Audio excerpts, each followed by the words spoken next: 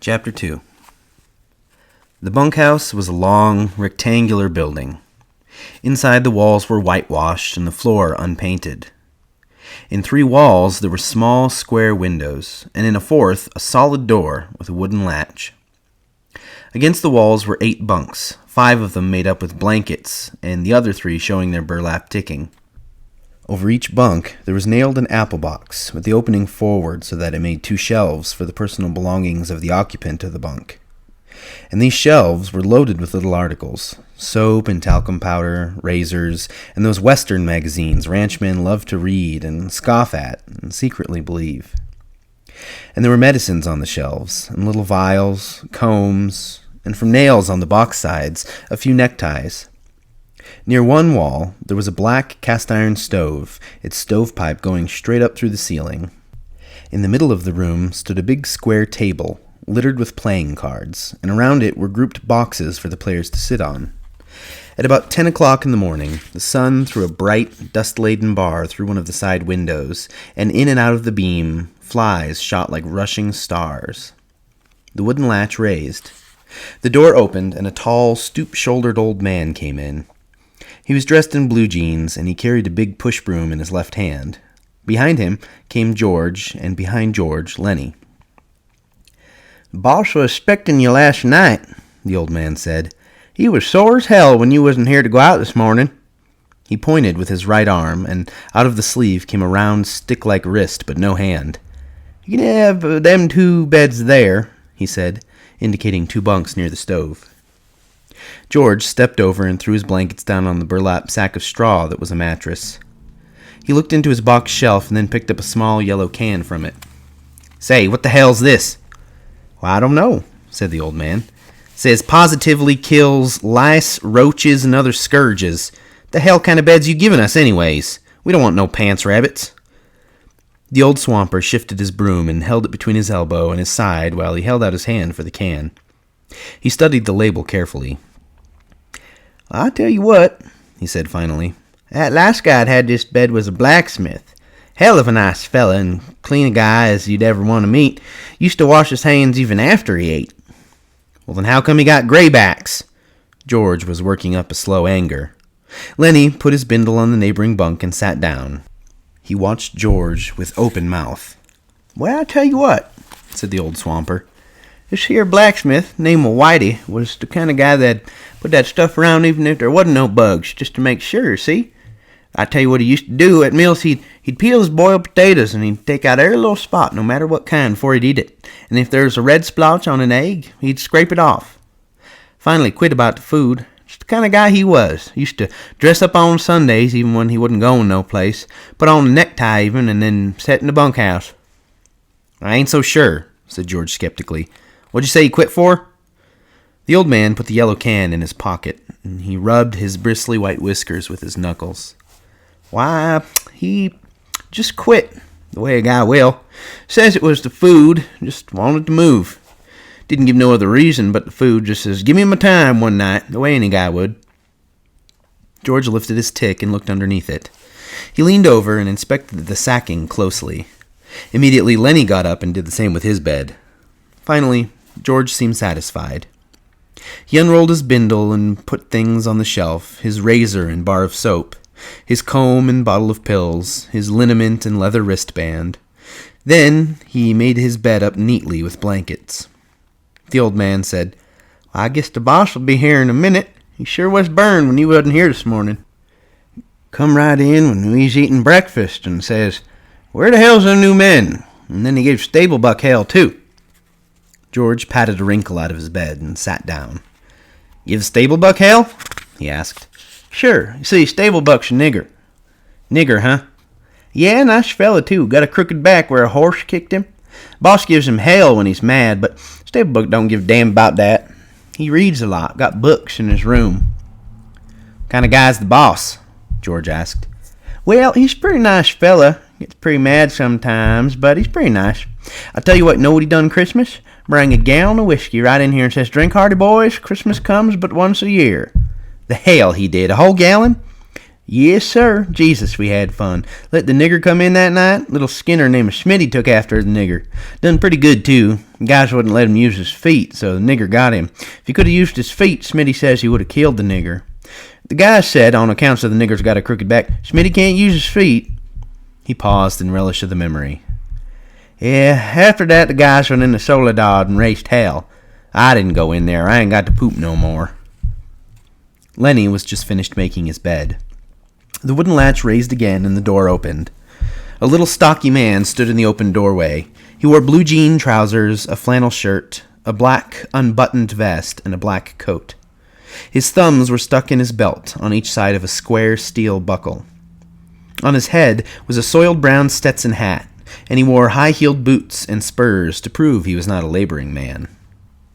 The old swamper looked quickly at him and then shuffled to the door, rubbing his whiskers with his knuckles as he went. "Them guys just come," he said, and shuffled past the boss and out the door. The boss stepped into the room with the short, quick steps of a fat-legged man.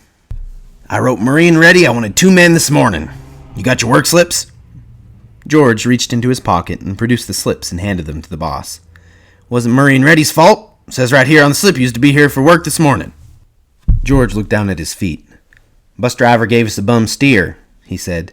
"We had to walk 10 miles. Says we was here when we wasn't. We couldn't get no rides in the morning." The boss squinted his eyes. "Well, I had to send out the grain team short 2 buckers. Won't do any good to go out now till after dinner."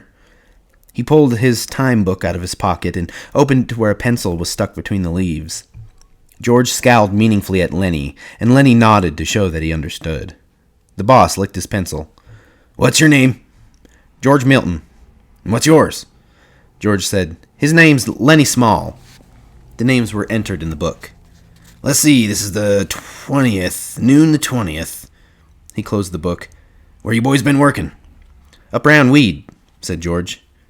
"You too?" to Lennie. "Yea, him too," said George. The boss pointed a playful finger at Lennie. "He ain't much of a talker, is he?" "No, he ain't, but he's sure a hell of a good worker. Strong as a bull." Lennie smiled to himself. "Strong as a bull," he repeated. George scowled at him, and Lennie dropped his head in shame at having forgotten. The boss said suddenly, "Listen, Small." Lennie raised his head. "What can you do?" In a panic, Lennie looked at George for help. "He can do anything you tell him," said George. "He's a good skinner. He can wrestle grain bags, drive a cultivator. He can do anything. Just give him a try." The boss turned on George. "Why don't you let him answer? What are you trying to put over?" George broke in loudly. "Oh, I ain't saying he's bright. He ain't. But I say he's a goddamn good worker. He can put up a 400-pound bale." The boss deliberately put the little book in his pocket. He hooked his thumbs in his belt and squinted one eye nearly closed. "Say, what you selling?" "Huh?" "I said, what stake you got in this guy? Taking his pay away from him?" "No, course I ain't. Why you think I'm selling him out?" "Well, I never seen one guy take so much trouble for another guy. I'd just like to know what your interest is." George said, "He's my cousin. I told his old lady I'd take care of him. He got kicked in the head by a horse when he was a kid. He's all right. Just ain't bright, but he can do anything you tell him." The boss turned half away. "Well, God knows he don't need any brains to buck barley bags. Don't you try to pull nothing over, Milton. I got my eye on you. Why'd you quit in Weed?" "Job was done," said George promptly. "What kind of job?" We was digging a cesspool." "All right, but don't try to put nothing over, 'cause you can't get away with nothing. I seen wise guys before. Go on out with the grain teams after dinner. They're picking up barley at the threshing machine. Go out with Slim's team." "Slim?"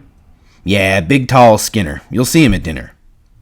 He turned abruptly and went to the door, but before he went out, he turned and looked for a long moment at the 2 men. When the sound of his footsteps had died away, George turned on Lennie. "So you wasn't going to say a word? You was going to leave your big flapper shut and let me do the talking. Damn near lost us the job."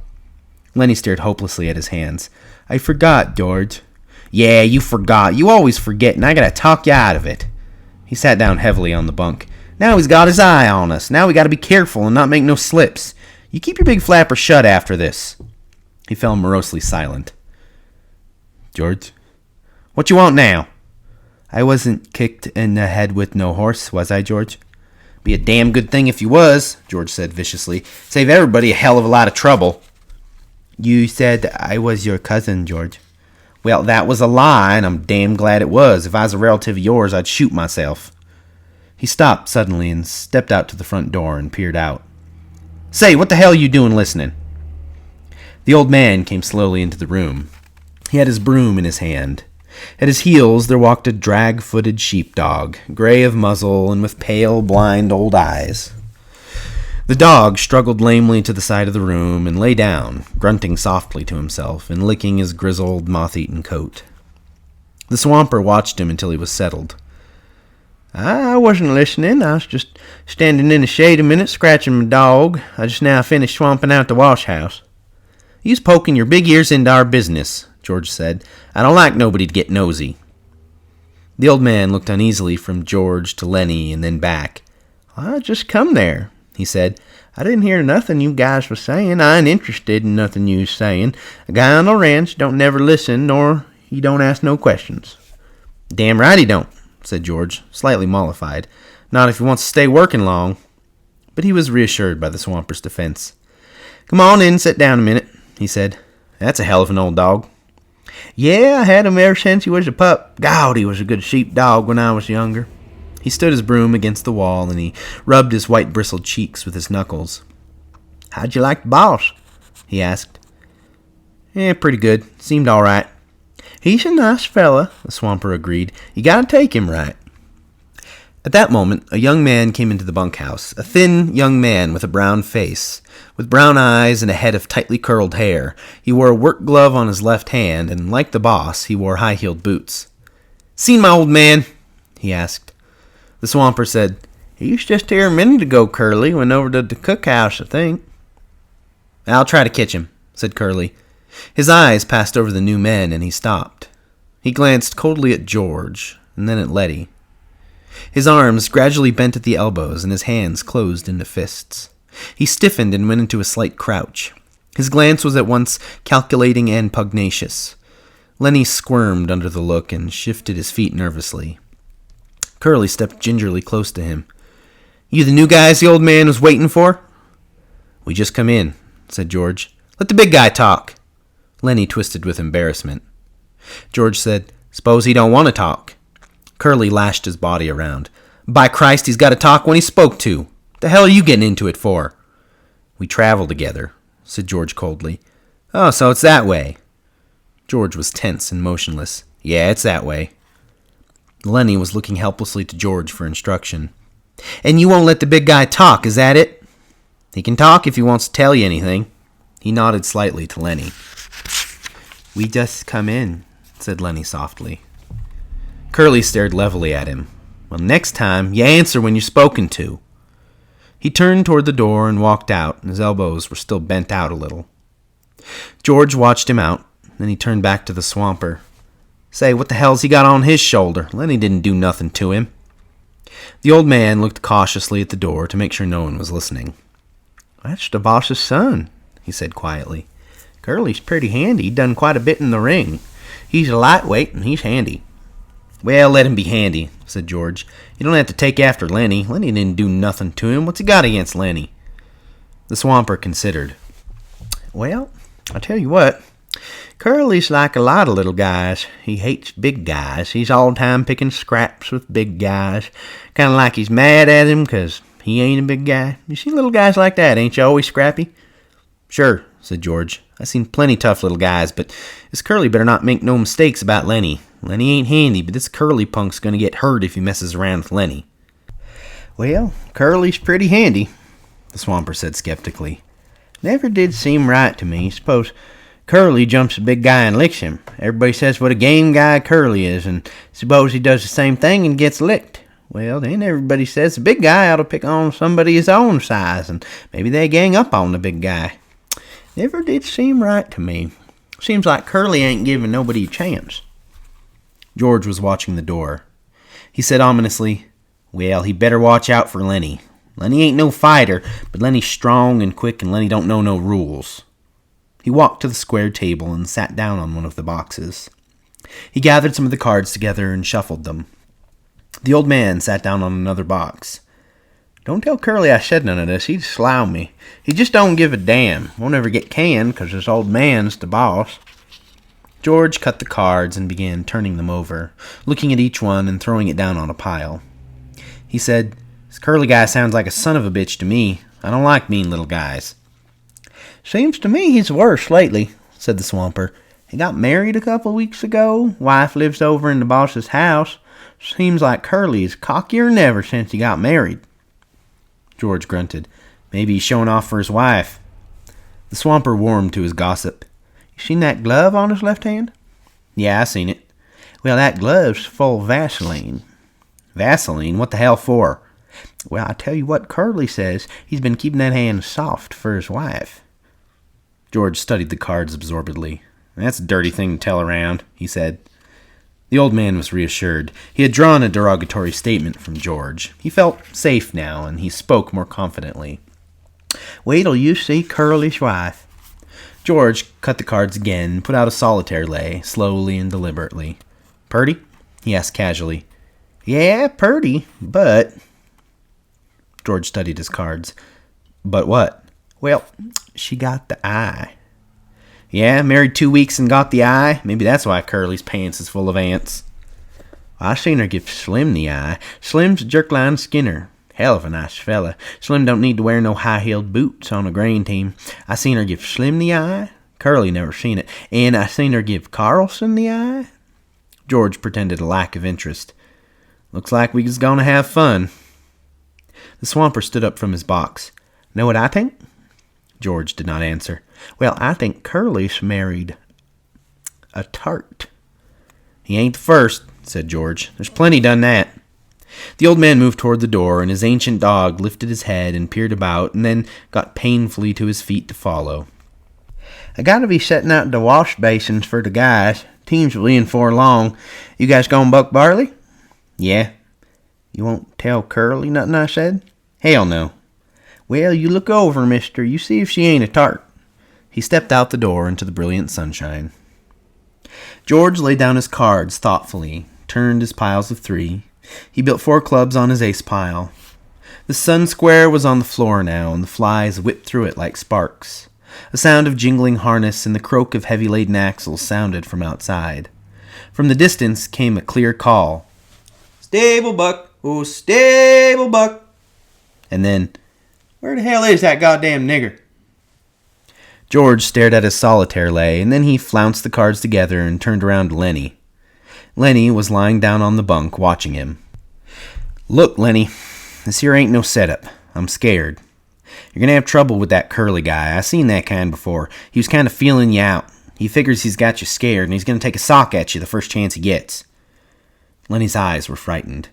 "I don't want no trouble," he said plaintively. "Don't let him sock me, George." George got up and went over to Lennie's bunk and sat down on it. "I hate that kind of bastard," he said. "I seen plenty of 'em. Like the old guy says, Curly don't take no chances. He always wins." He thought for a moment.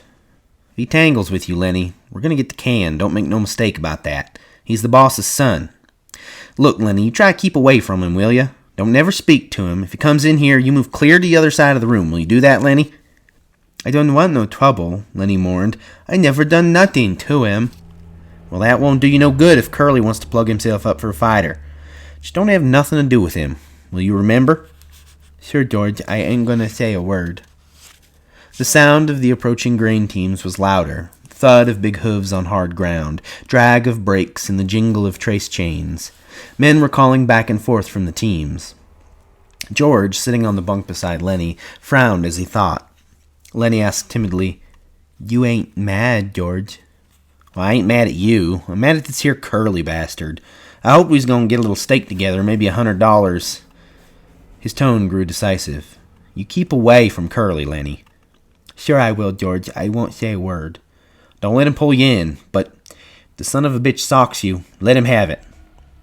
"Let him have what, George?" Never mind. I'll tell you when. I hate that kind of guy. Look, Lennie, if you get in any kind of trouble, you remember what I told you to do?"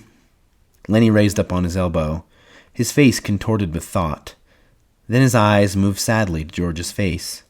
"If I get in any trouble, you ain't gonna let me tend the rabbits." That's not what I meant. You remember where we slept last night down by the river? Yeah, I remember. Oh, sure I remember. I go there and hide in the brush. Hide till I come for you. Don't let nobody see you. Hide in the brush by the river. Say that over. Hide in the brush by the river. Down in the brush by the river.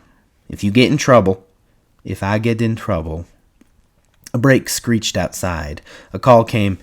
Stable buck. Oh, stable buck. George said, You say it over to yourself, Lennie, so you won't forget it. Both men glanced up, for the rectangle of sunshine in the doorway was cut off. A girl was standing there, looking in. She had full, rouged lips and wide-spaced eyes, heavily made up. Her fingernails were red. Her hair hung in little rolled clusters like sausages. She wore a cotton house dress and red mules, on the insteps of which were little bouquets of red ostrich feathers. I'm looking for Curley, she said. Her voice had a nasal, brittle quality. George looked away from her and then back. He's in here a minute ago, but he went. Oh. She put her hands behind her back and leaned against the door frame so her body was thrown forward. You're the new fellas that just come in, ain't you? Yeah. Lennie's eyes moved down over her body, and though she did not seem to be looking at Lennie, she bridled a little. She looked at her fingernails. Sometimes Curly's in here, she explained. George said brusquely, Well, he ain't here now. If he ain't, I guess I better look someplace else, she said playfully. Lennie watched her, fascinated.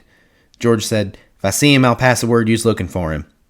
She smiled archly and twitched her body. Nobody can't blame a person for looking, she said. There were footsteps behind her going by. She turned her head. Hi, Slim, she said. Slim's voice came through the door. Hi, good looking. I'm trying to find Curly, Slim. Well, you ain't trying very hard. I seen him going in your house. She was suddenly apprehensive. Bye, boys, she called into the bunkhouse, and she hurried away. George looked round at Lennie. Jesus, what a tramp, he said. So that's what Curly picks for a wife. She's purty, said Lennie defensively. Yeah, and she's sure hiding it. Curly got his work ahead of him. Bet she'd clear out for $20. Lennie still stared at the doorway where she had been. Gosh, she was purty. He smiled admiringly. George looked quickly down at him, then he took him by an ear and he shook him. Listen to me, you crazy bastard, he said fiercely. Don't you even take a look at that bitch. I don't care what she says and what she does. I seen him poisoned before, but I never seen no piece of jailbait worse than her. You leave her be. Lennie tried to disengage his ear. I never done nothing, George. No, you never. But when she was standing in the doorway, showing her legs, you wasn't looking the other way, neither. I never meant no harm, George. Honest, I never. Well, you keep away from her, 'cause she's a rat trap if I ever seen one. You let Curly take the rap. He let himself in for it. Glove full of Vaseline, George said disgustedly. And I bet he's eating raw eggs and writing to the patent medicine houses. Lennie cried out suddenly. I don't like this place, George. This ain't no good place. I want to get out of here. We gotta keep it till we get a stake. Can't help it, Lennie. We'll get out just as soon as we can. I don't like it no better than you do. He went back to the table and set out a new solitaire hand. No, I don't like it. For 2 bits, I'd shove out of here. We can just get a few dollars in the poke. We'll shove off and we'll go up the American River and pan gold. We can make maybe a couple dollars a day there, and we might hit a pocket. Lennie leaned eagerly toward him. Let's go, George. Let's get out of here. It's mean here.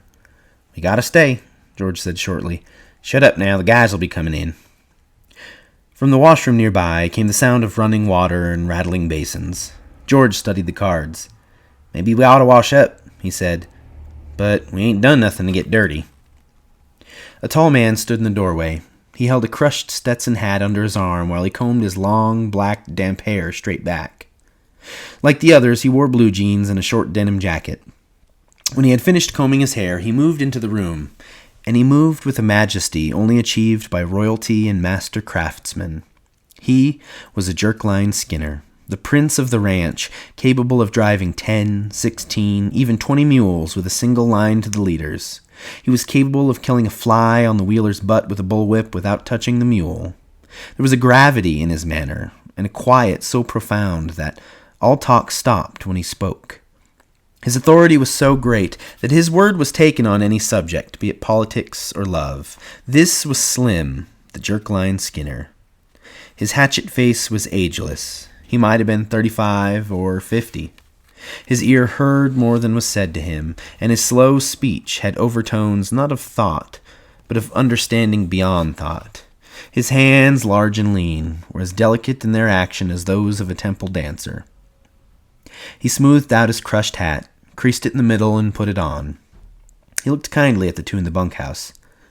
"It's brighter than a bitch outside," he said gently. "Can't hardly see nothing in here. You the new guys?" "Just come," said George. "Gonna buck barley?" "That's what the boss says." Slim sat down on a box across the table from George. He studied the solitaire hand that was upside down to him. "Hope you get on my team," he said. His voice was very gentle. "I got a pair of punks on my team that don't know a barley bag from a blue ball. You guys ever bucked any barley?" "Hell yes," said George. "I ain't nothing to scream about, but that big bastard there can put up more grain alone than most pears can." Lennie, who had been following the conversation back and forth with his eyes, smiled complacently at the compliment. Slim looked approvingly at George for having given the compliment. He leaned over the table and snapped the corner of a loose card. "You guys travel around together?" His tone was friendly. It invited confidence without demanding it. "Sure," said George. "Kind of look after each other." He indicated Lennie with his thumb. "He ain't bright. Hell of a good worker, though. Hell of a nice fella. But he ain't bright. I knew him for a long time." Slim looked through George and beyond him. "Ain't many guys travel around together," he mused. "I don't know why. Maybe everybody in the whole damn world's scared of each other." "It's a lot nicer to go around with a guy you know," said George. A powerful, big-stomached man came into the bunkhouse. His head still dripped water from the scrubbing and dousing. "Hi, Slim," he said, and then stopped and stared at George and Lennie. "These guys just come," said Slim by way of introduction. "Glad to meet you," the big man said. "My name's Carlson." "I'm George Milton. This here's Lennie Small." "Glad to meet you," Carlson said again. "He ain't very small." He chuckled softly at his own joke. "Ain't small at all," he repeated. "Meant to ask you, Slim, how's your bitch? I seen she wasn't under your wagon this morning." "She slang her pups last night," said Slim. 9 of 'em. I drowned 4 of 'em right off. She couldn't feed that many." "Got 5 left, huh?" "Yeah, 5. I kept the biggest." "Kind of dogs you think they're gonna be?" "I don't know," said Slim. "Some kind of shepherds, I guess. That's the most kind I seen round here when she was in heat." Carlson went on. "Got 5 pups, huh? Gonna keep all of 'em?" "I don't know. Have to keep 'em a while so they can drink Lulu's milk." Carlson said thoughtfully, "Well, look here, Slim. I've been thinking. That dog of Candy's is so goddamn old he can't hardly walk. Stinks like hell, too. Every time he comes into the bunkhouse, I can smell him for 2-3 days. Why don't you get Candy to shoot his old dog and give him one of the pups to raise up? I can smell that dog a mile away. Got no teeth, damn near blind, can't eat. Candy feeds him milk. He can't chew nothing else." George had been staring intently at Slim. Suddenly, a triangle began to ring outside, slowly at first, and then faster and faster, until the beat of it disappeared into one ringing sound. It stopped as suddenly as it had started. "Here she goes," said Carlson. Outside, there was a burst of voices as a group of men went by. Slim stood up slowly and with dignity. "You guys better come on while they still something to eat. Won't be nothing left in a couple of minutes." Carlson stepped back to let Slim precede him, and then the two of them went out the door. Lennie was watching George excitedly. George rumpled his cards into a messy pile. "Yeah," George said. "I heard him, Lennie. I'll ask him." "A brown and white one," Lennie cried excitedly. "Come on, let's get dinner. I don't know whether he got a brown and white one." Lennie didn't move from his bunk. "You ask him right away, George, so he won't kill no more of 'em." "Sure. Come on now, get up on your feet." Lennie rolled off his bunk and stood up, and then the two of them started for the door. Just as they reached it, Curley bounced in. "You seen a girl around here?" he demanded angrily. George said coldly, "About half an hour ago, maybe." "Well, what the hell was she doing?" George stood still, watching the angry little man. He said insultingly, "She said she was looking for you." Curley seemed to really see George for the first time. His eyes flashed over George, took in his height, measured his reach, looked at his trim middle. "Well, which way'd she go?" he demanded at last. "I don't know," said George. "I didn't watch her go." Curly scowled at him and, turning, hurried out the door. George said, "You know, Lennie, I'm scared I'm going to tangle with that bastard myself. I hate his guts. Jesus Christ. Come on, there won't be a damn thing left to eat." They went out the door. The sunshine lay in a thin line under the window. From a distance, there could be heard a rattle of dishes. After a moment, the ancient dog walked lamely in through the open door. He gazed about with mild, half-blind eyes. He sniffed and then lay down and put his head between his paws. Curly popped into the doorway again and stood looking into the room.